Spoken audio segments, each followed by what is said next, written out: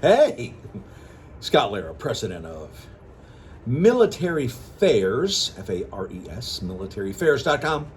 Your one-stop shop for travel if you're a member of the military, if you're a veteran like I am, or a family member of a military person, militaryfairs.com. Airfare, hotels, we do it. Let's talk about the differences between the Royal Caribbean, Icon of the Seas, and the Riviera Travel MS George Eliot. And we're going to be basically talking about ocean cruises versus river cruises. Let's start with ocean cruises. As you know, if you're a fan of mine, or if you've been following me for any length of time, 100 days on Holland America Line, 75 on Carnival, been on NCL, been on Royal, been on Virgin, been on Celebrity. And I have to say now, Celebrity is my favorite ocean cruise line because of my demographic, and I'll leave it at that. Or if you have any questions about that, you can put it in the comment or let me know. But I love Celebrity, especially the Solstice class ships. So let's talk about Icon of the Seas, right? Around 5,500, 6,000 passengers, around 1,500 crew, and it's got something for everybody. Lots of free food options. It's an amazing ship, an amazing experience. It's unlike any other ship you've been on. Now you may say, hey Scott, what about MSC World America? You know, Marty and I were on that as well. Bumper cars, blah, blah, blah, this thing that swings off the side. But anyway, Icon. Lots of free food options when you walk around the ship, which is really kind of cool. The food's good, the service is good. The ships have become the destinations. And if you Google Scott Lara Travel Pulse, Scott Lara Travel Pulse, and I'll put a link to it in the description, I talk about my journey from ocean cruises to river cruises. And I'll always sail on an ocean cruise, always. I love ocean cruises. Actually, we'll be sailing on one relatively soon out of Port Canaveral, courtesy of Gig Sky eSIM.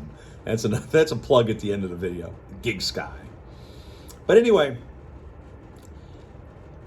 Icon of the Seas, an amazing ship. Now, you know that I was recently on the MS George Eliot from Riviera Travel. I was the only American on the ship. Everybody else was British. The majority were Brits, and like a couple people were Australian. Very nice. The food was amazing. They have like a free drink thing from like 6 p.m. till 10.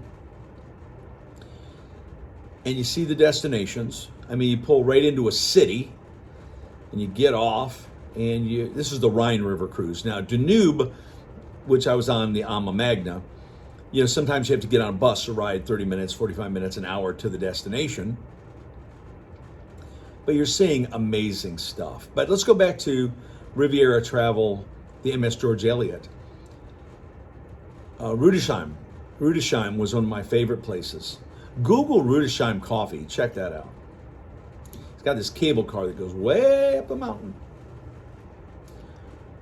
So what is the difference? I mean, now, with river cruises, pretty much no kids. So if you're in my demographic, 50 plus, and you don't want kids, you know, you don't want parents taking a vacation from being parents. We all know what that is, right? You walk by the hot tubs, you got Timmy, Brittany, Atlas, you know, Cole, Hunter, in the hot tub all day. Where are your parents? Well, my mom's getting a cellulite wrap and my dad's in the casino. Okay, and the kid doesn't even get up to go to the bathroom. He's in the hot tub all day. So that's, you know, when you're talking about Icon, or you're talking about Oasis, or you're talking about Mardi Gras, or you're talking about World America, these large cruise ships where they have become the destination, you're going to have kids. It does not matter. See, back in my day, kids would go to school a certain time of the year, right? Not anymore. Lots of kids are homeschooled, some charter school. And so anytime you go on a ship like World America or Icon or something like that, there's going to be kids. Now, Carnival's rolled out this thing like 21 and older, and they hit a gold mine with that. They really coming to the party late on that, having adults only. And no one's going to be complaining about drunks. You know, we always hear this stuff.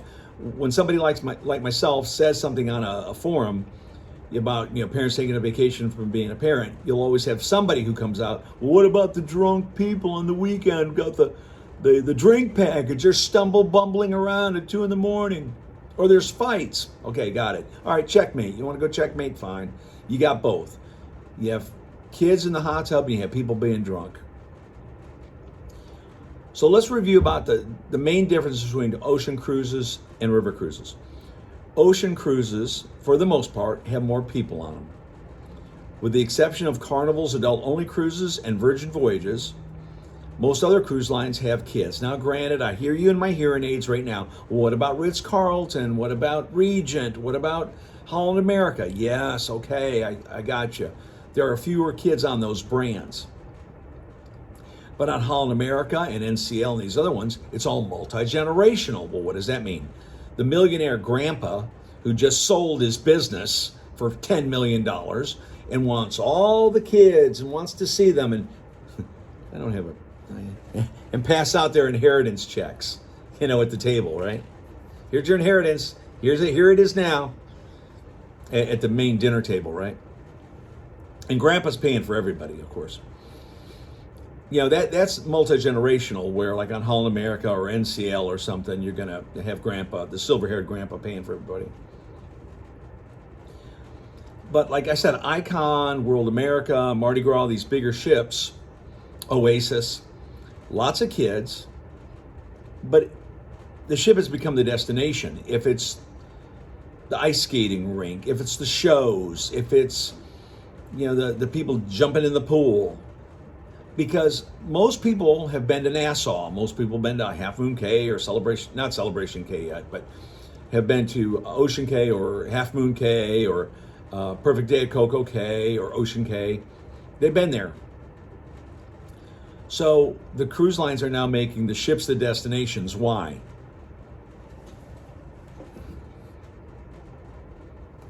So people spend money, and that's why they have these private islands, because the money stays in the cruise line's pockets, okay? Great, do it. You know, I saw this video the other day, I think his name is Dave, and he was doing a video on how cruising has really changed over the last couple of years, and I'm not going to steal his thunder on his video, but it has changed. You know, the chocolate on the pillow and all that stuff. Back in the day, they had the skeet shooting on the back of the ship. That was a long time ago. Midnight buffet, all that. So that's ocean cruising, right? Lots of kids, casino, party, you know, blah, blah, blah, blah. Now, ocean cruising, it's more sedate. You have older people, no kids.